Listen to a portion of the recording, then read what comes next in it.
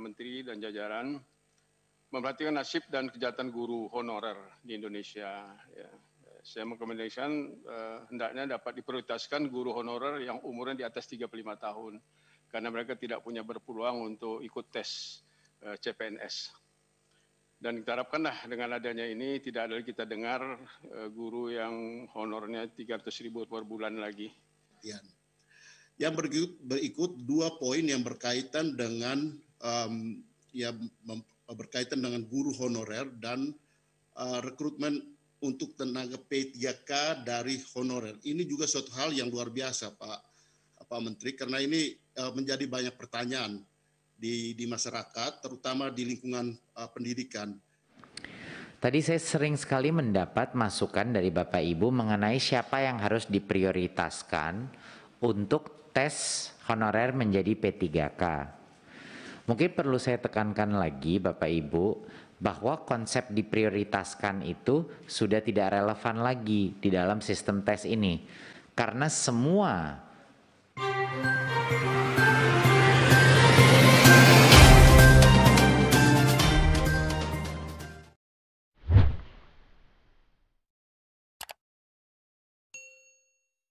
saya hormati, yang saya banggakan. Pertama-tama kami mengucapkan terima kasih banyak untuk penjelasan dan apresiasi yang setinggi-tingginya kepada Pak Menteri dan seluruh jajaran Kemdikbud atas kerja kerasnya sehingga poin-poin penjelasan tadi cukup jelas buat anggota DPR, anggota Komisi 10, dan saya yakin ini juga jelas buat masyarakat. Pesan kami, saya lebih mempertegas apa yang disampaikan oleh Pak Putra Nababan tadi. Mohon Kemdikbud memperhatikan juga PR-nya.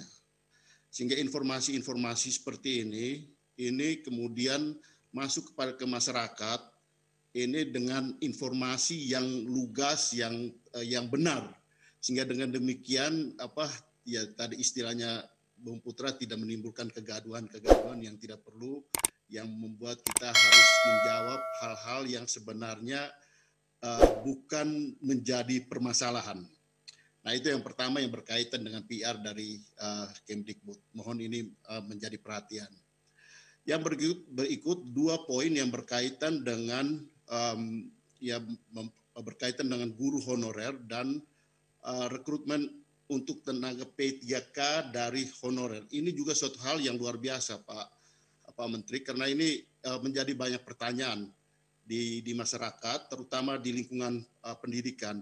Sehingga ini juga satu hal yang perlu diinformasikan lebih lugas ke masyarakat, sehingga dengan demikian khususnya mereka yang berkepentingan ini bisa memperoleh informasi yang pas, benar, dan bisa sesuai dengan target daripada Kementerian Pendidikan dan Kebudayaan. Kemudian juga presisi kami, saya kepada Saudara Menteri dan jajaran memperhatikan nasib dan kejahatan guru honorer di Indonesia. Ya.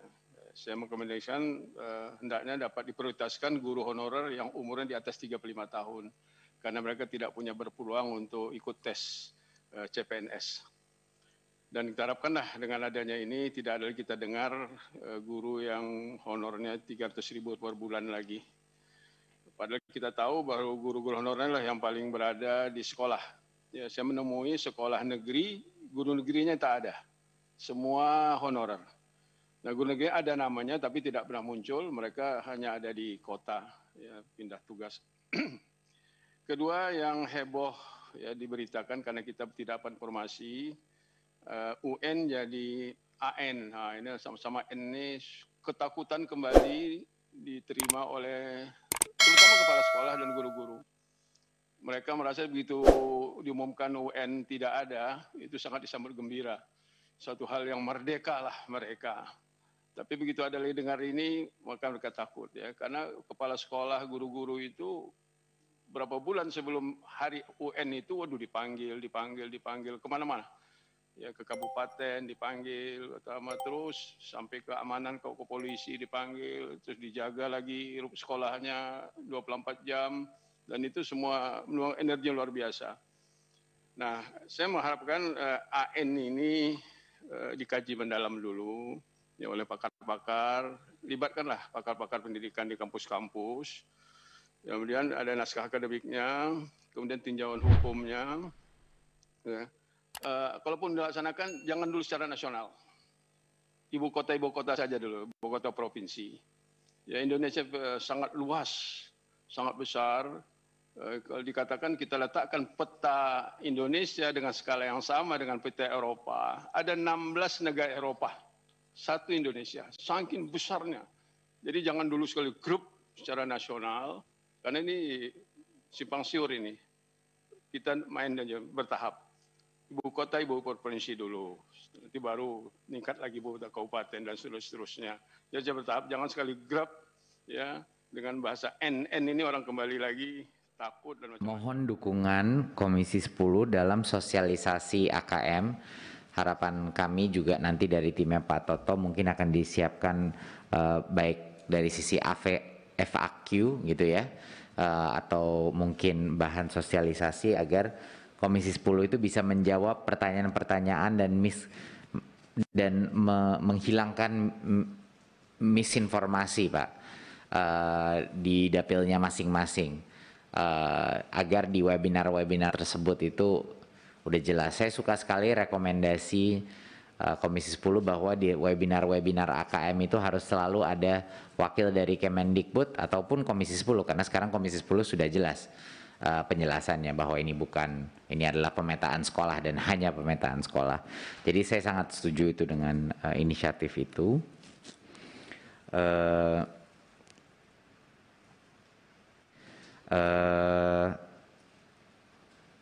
Untuk sekolah tatap muka ini yang sedang kami kaji, mohon ditunggu kabarnya. Mungkin sebentar lagi kami akan menganalisa dan mengkaji lagi SKB 4 kementerian dan bagaimana kita bisa membantu anak-anak kita yang paling sulit melakukan PJJ bisa lebih banyak lagi yang masuk sekolah.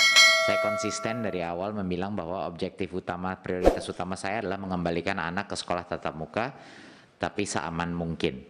Jadi itu adalah komitmen saya, jadi mohon kesabaran, tapi pasti kami akan selalu meningkatkan kesempatan bagi yang paling sulit melakukan PJJ akan bisa melaksanakan format tatap muka. Mohon ditunggu, nanti pasti ada kebijakannya. Apakah guru swasta juga mendapatkan bantuan subsidi upah? Jawabannya ya, 100% ya. Guru-guru swasta akan mendapat bantuan subsidi upah. Yang tadi yang saya bicarakan 1,8 juta itu tidak membedakan antara honorer negeri maupun swasta. Ya, jadi harap diklarifikasi itu. Bagi yang mungkin mengira itu hanya honorer di negeri. Tadi saya sering sekali mendapat masukan dari Bapak Ibu mengenai siapa yang harus diprioritaskan untuk tes honorer menjadi P3K. Mungkin perlu saya tekankan lagi Bapak Ibu bahwa konsep diprioritaskan itu sudah tidak relevan lagi di dalam sistem tes ini. Karena semua guru honorer akan bisa mengambil tes seleksinya. Ya, jadinya sudah tidak perlu lagi diprioritaskan karena asal ada fasilitas kita mengambil tes itu, mereka akan bisa masuk tes. Ya, tapi harus sekali lagi saya bilang, ini pasti harus lulus tes seleksi. Mohon bantuan Komisi 10 juga mengkomunikasikan ini kepada masing-masing dapilnya bahwa ini adalah tes seleksi dan nggak semuanya akan lulus tes seleksi tersebut. Jadi tes ini adalah minimum kompetensi guru yang akan kita evaluasi. Tapi kabar gembiranya adalah lebih adil karena semuanya bisa mengambil, ada kapasitasnya dan bisa beberapa kali mengambilnya. Jadi mohon ini komunikasi.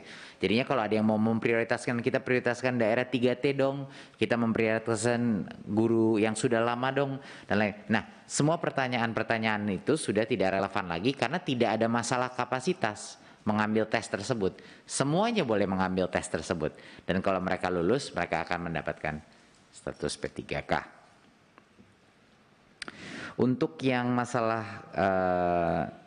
ada beberapa hal yang akan saya delegasikan ke tim saya. Yang pertama adalah mengenai perbatasan. Saya mohon Pak Kahar bisa menjawab mungkin solusinya. Lalu ada beberapa pertanyaan tadi yang ditujukan ke Pak Sekjen.